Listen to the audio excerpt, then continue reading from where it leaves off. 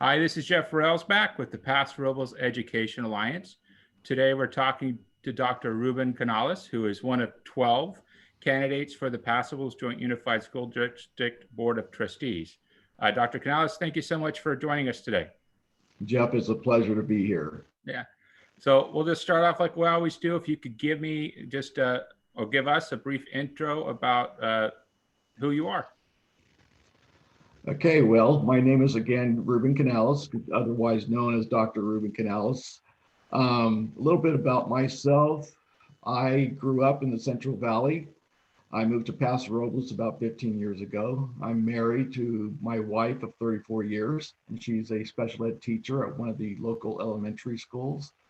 I have 3 children. My oldest is 27 years old. She lives in Arizona, but all 3 of my children went through Paso schools. My son is a graduate of Paso Robles High School as well, and he is attending Cal Poly.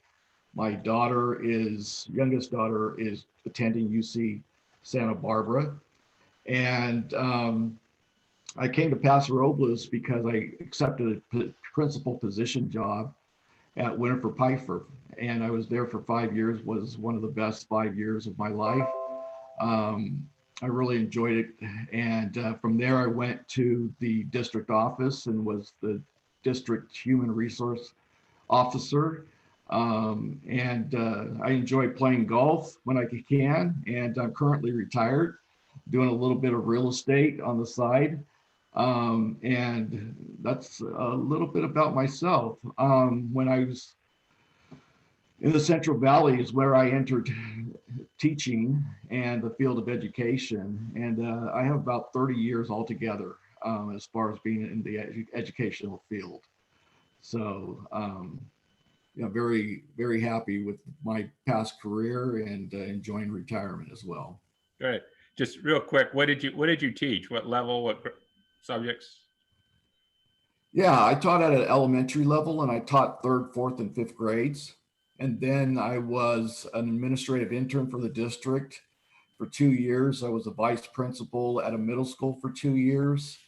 Then I became an elementary principal, and I was an elementary principal at 2 elementary schools in the Central Valley. One was a year-round school, over 800 students, and that was a unique experience. Then I came to Paso Robles again, the 5 years at Winter Piper, 4 years as a director of human resources, and I was also principal of Georgia Brown for 1 year. And that was a really a beneficial experience as well. Yeah, I remember well. That was that interim period was important for the campus. So I'm going to go into just some major topics that the district's looking at that more than likely the next school board is going to have to decide. And one of them is there's currently obviously there's the budget issues, but around that we have this 7-Eleven commission that's currently meeting with the idea that they're going to come back with a recommendation about what to do with surplus properties and also potentially the closing of one of our elementary schools. As someone who has a background in elementary education, but also someone who's worked at the district and knows the campuses, do you have any thoughts on potentially closing down a campus? If the idea is that we may be facing some declining enrollment. Right. I did teach it. I did direct, or was an administrator of Georgia Brown for a year. So that is a school that is a magnet school. It's a dual immersion school, very unique. I think there's only 1 or 2 like it in the county. And it's an effective, successful program. The other elementary school that they're considering closing down or consolidating with Georgia Brown would be Bauer Spec.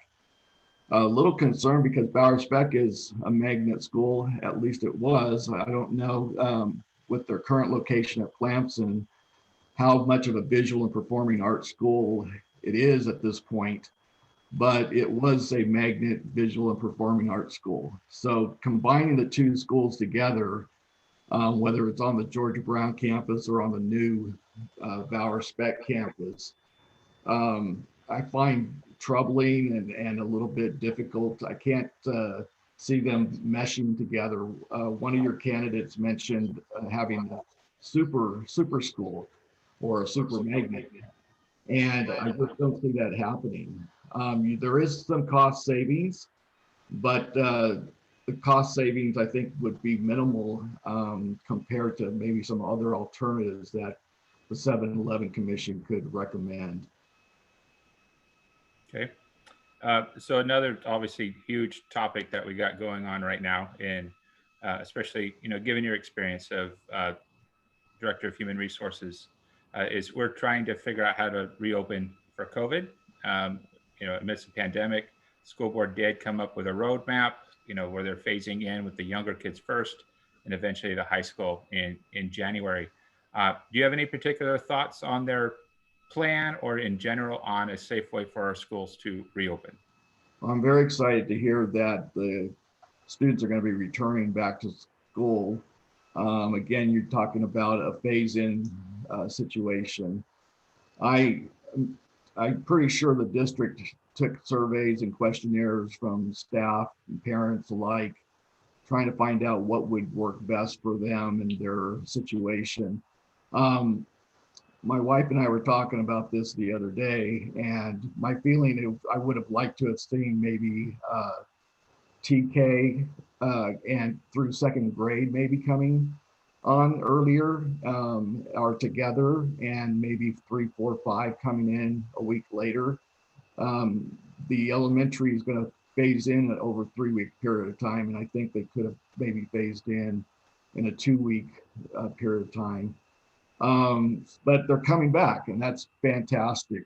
The schedule is kind of interesting. There Mondays, there's going to be distance learning, and Tuesday through Friday, they're going to have the AM, PM hybrid.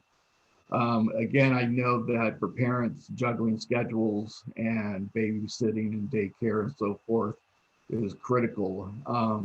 Again, maybe the information that the district had, this was the best information they had, then they went with that model to have Monday distance learning. I think it would have been nice to have the TK5 students there 5 days a week at school and doing the AM PM hybrid. Mm-hmm. The other thing that I'm just a little disappointed is to hear that the 612 students won't be returning until January. It sounded more like logistics and maybe some scheduling problem or scheduling issues that caused them to put off the 6 through 12 return back to school. And other than the CDC guidelines or anything along those lines, it wasn't COVID that prevented them to come back. It was more like scheduling situations that they have to come back in January. But I would have liked to have seen them come back in November as well. Yeah, I think the 2 holiday breaks in the interim period probably didn't help that schedule a whole lot either. But yeah, so let's talk real quick. One of the things that as a parent that's always frustrating is when we go through these financial cycles at the district, which seems to keep happening for various reasons, is we put in all these extracurricular activities, and then of course when things get tough, those are the first things that need to be on the chopping block. And so whether it's after school sports, stipends for the coaches, the arts program, all those things that we're doing that aren't self-sustaining, like Skills USA does a very good job of raising money for themselves. What can we do as a district and as a community to kind of keep this from happening? And budgetary wise, involvement wise, but also just that really is, those programs are a magnet, and that's what sets us apart from a lot of the other choices that are out there. So how can we make those successful and more permanent? So basically, we need to, the budget is really critical.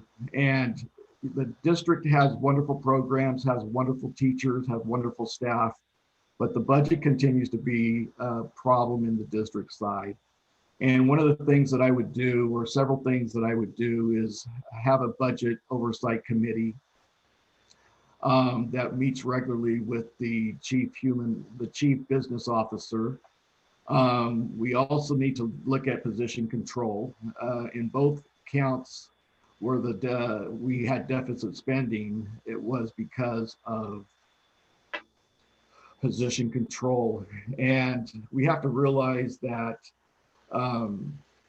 positions, personnel make up the majority of the budget. And so we need to look at staff student ratios and make sure that we adhere to those.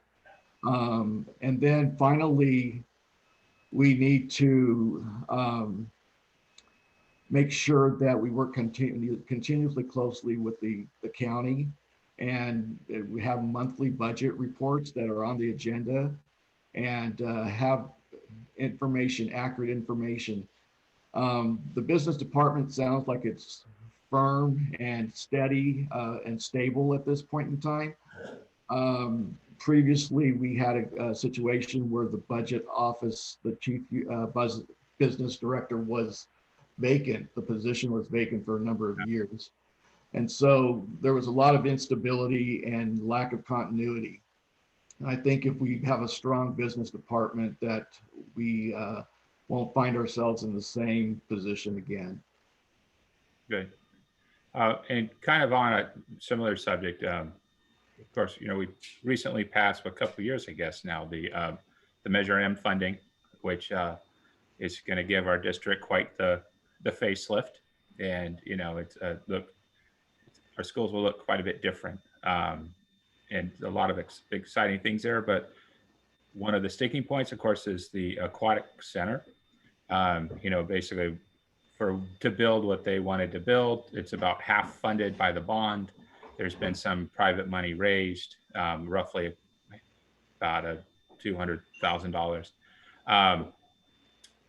Do you have thought on what that aquatic center should be? Is there a way that you think that it should be handled, such as some have talked about potentially selling the pool that was purchased, that's sitting in storage right now? Do you think that the district should find the money in order to build the entire thing, or kind of just put in something a little more modest, perhaps? I like the last thing you said, consider something modest. I think it's really important that that pool be completed somehow, some way, because we promised the community that when we were selling Measure M tax bond, that pool was going to be something that the high school could use, the elementary schools, middle schools could use, the community could use, and it really is needed. We have water polo for both boys and girls. We have swimming meets, regular swimming activities and swim teams and so forth. It's really difficult to imagine trying to fund the aquatics program when we're at a deficit spending and shortfall and looking at cutting or consolidating or closing a school site. But I think, again, this is the number one priority for me, is that we follow through with the Measure M bond plans that we presented before the community. So working with private donors and continue to solicit funds, to encourage donations until we get something that we can build. I don't know if it's possible to return or get our money back from the elaborate aquatic pool that was purchased. I think that it's still there in storage, but I don't know if that can be returned or sold back. I'm sure it would have been by now if it could. So I'm thinking we have to use what we've got, but we just need to keep it maybe simple and something can do a basic pool, aquatic area, aquatic pool, and then be adding to it as money becomes available. All right. And so this, I think, is something more, well, fully in your lane. Um, I mean, schools are really about education, educating our kids, but the best tool we have for that is our staff, whether it's the teachers themselves or the support staff on campus. What can we as a district do to recruit and retain the best staff? And then once they're here, what's the best way to support them and give them the training that they need and so they can continue to grow in their profession? Right. Well, I think if you were to look at every aspect of the school and the district, it all comes back to budget. So when it comes to recruiting, we can go out to Cal Poly, we can conduct teacher fairs, we can go to the Central Valley and recruit teachers and so forth, but they're going to be looking at the salary schedule. One of the things that they're going to be looking at first and foremost. And our entry salary needs to be competitive, not only in the San Luis Obispo County with the other districts, but it needs to be competitive with the school districts in the valley as well. And so it all comes down to budget. The one selling point is Paso Robles. Paso Robles has become a city on the map, not only in California, the go-to place of California, but other states and even the world knows Paso Robles now. And so with all the wineries and attractions and nostalgia behind the city, it's a great place to live. Unfortunately, with that, you have high prices as far as homes are concerned. So teachers really want to make a decent salary so that they can live here and so forth. So recruiting is a must. We want to get the best teachers, and the salary makes all the difference in the world. One of the things that I know the district did that helped recruit some teachers that were currently teachers elsewhere was instead of having them come in with 7 years experience. In other words, if they had been teaching 20 years in their previous district and they wanted to come to Paso Robles, we would give them 7 years credit on the salary schedule. And that now changed to, I believe, 10 years or 13 years, something like that. So we're giving them more service credit for their previous experience. Retaining teachers' salary is an issue again. The teachers haven't received really a pay increase in quite some time. Instead of, because of the budget, they've suffered layoffs and furloughs and still recovering from that. Staff morale is the big issue to keeping teachers. You want happy teachers. They love what they do. They love being in the classroom, but it's difficult for them when they have this layoff or this furlough burden, anxiety, this weight over their heads, this cloud over their heads. So we really need to focus on the budget when it comes to recruiting and also retaining quality teachers. It's we have a great programs and we have a great curriculum. We have great teachers, and everything is good as far as that goes. It's the budget that we have to fix because it affects every aspect of the school system. Thank you. So one of the things when I'm looking at candidates is I'm looking for different perspectives that they may bring.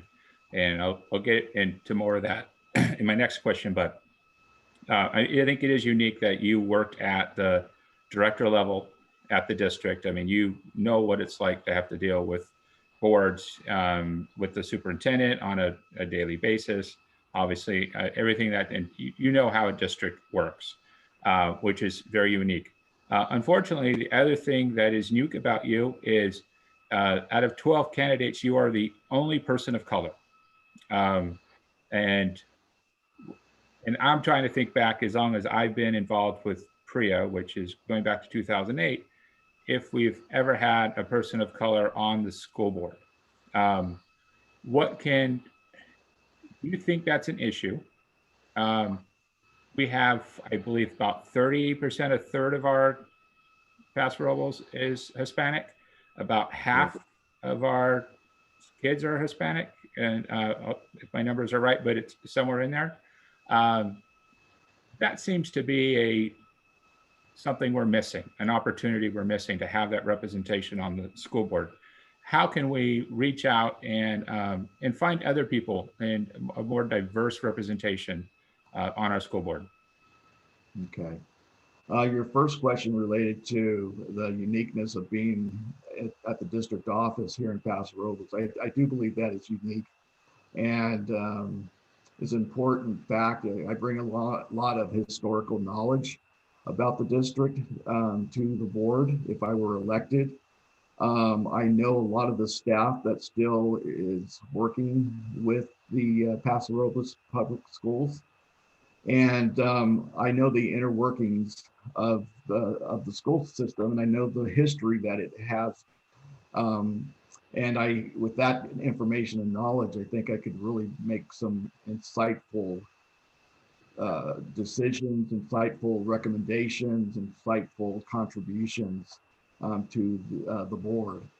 Also, someone who has been with the system, the learning curve is not that curvy. So somebody who hasn't been in the school system, it takes a year, takes a couple years to get to know the system and the acronyms and how things work, negotiations, unions, salary schedules, the California State Department of Education, and so forth. And so that I think, again, is a major plus for me. I haven't made it an issue in my campaign. I never have in my administrative experience, but it's always been in the back of my head that when I was in the Central Valley and also at Winterford Piper and Georgia Brown, that I'm Hispanic and a person of color, as you said. There's always been a little bit part of me that is doing what I do for the Hispanic Latino population because they need role models. One of the things that is really important is for them to see other people of color in teaching positions. We were just talking about recruiting and retaining.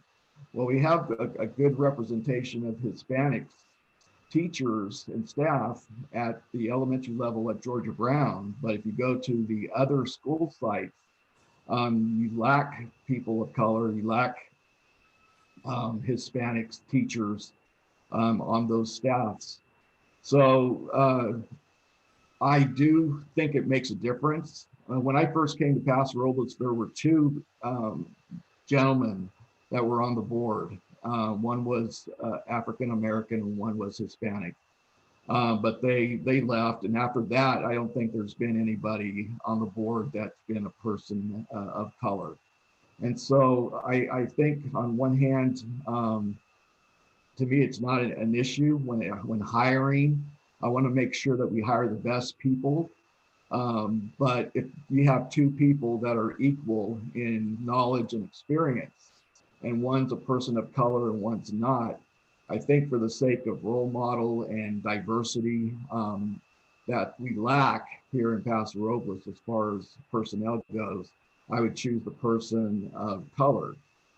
Because again, we do have a large population of Hispanics, and we want them to see people in positions of power or authority, so that they have somebody to look up to. So there's a teacher, I could want to grow up and be like Senora Moses at Georgia Brown.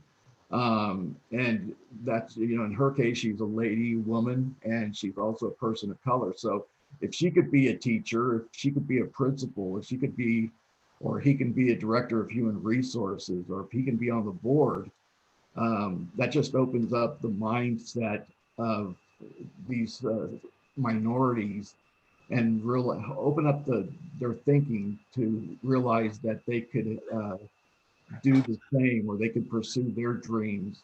And it just is a really a positive experience to have more diversity. I think there's a lot of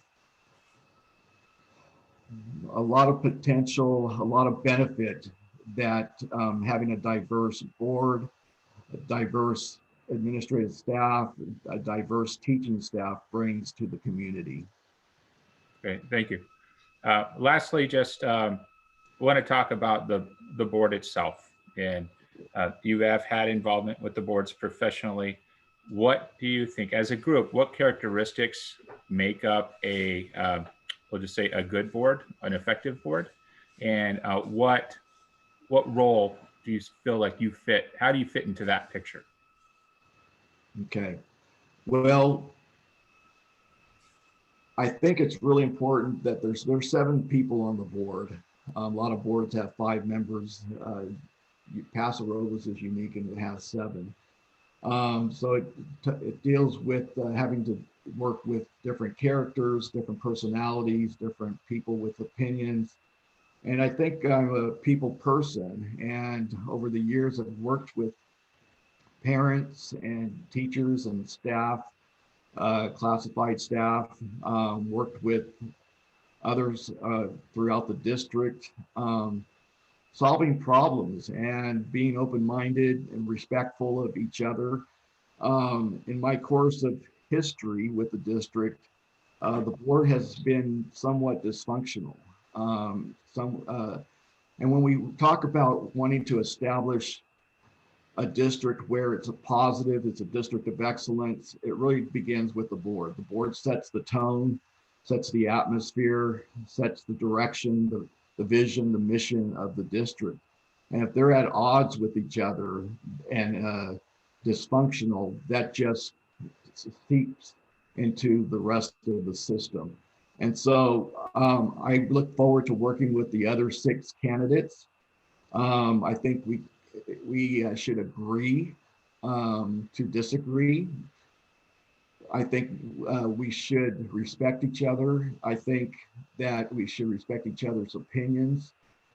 Also, I think that we should vote, unless it's a big ticket item, we should vote as one and realize that we're not individuals. We're one member, but we're a unique one board.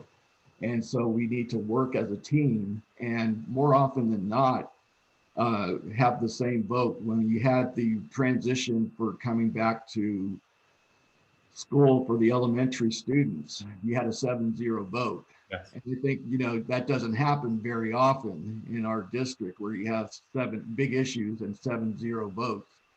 One thing that I am concerned about, that there's a group that are running as a ticket, and that mindset can be divisive if they were all to win and become members of the board. Start looking at a majority versus a minority situation. And again, I don't think that's helpful. I think it can be divisive.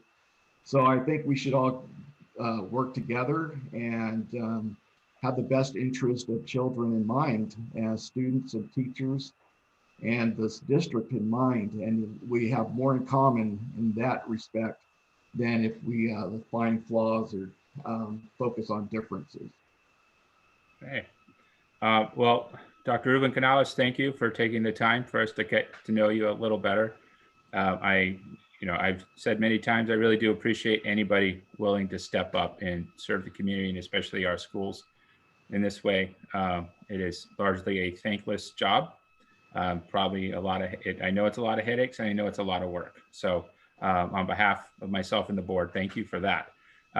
Anything you'd like to add in the ways that people can contact you if they want more information or if they'd like to support you. I am on Facebook, and so if you want to check me out, type in Ruben Canales, and I have a Facebook ad as well as a Facebook page. And they can also contact me via email, canalesruben217@gmail.com. And I'd be glad to receive any comments, any suggestions, any thoughts, any ideas that the community might have. Great. Again, thank you so much, and we will talk to you soon. Okay, thank you, Jeff.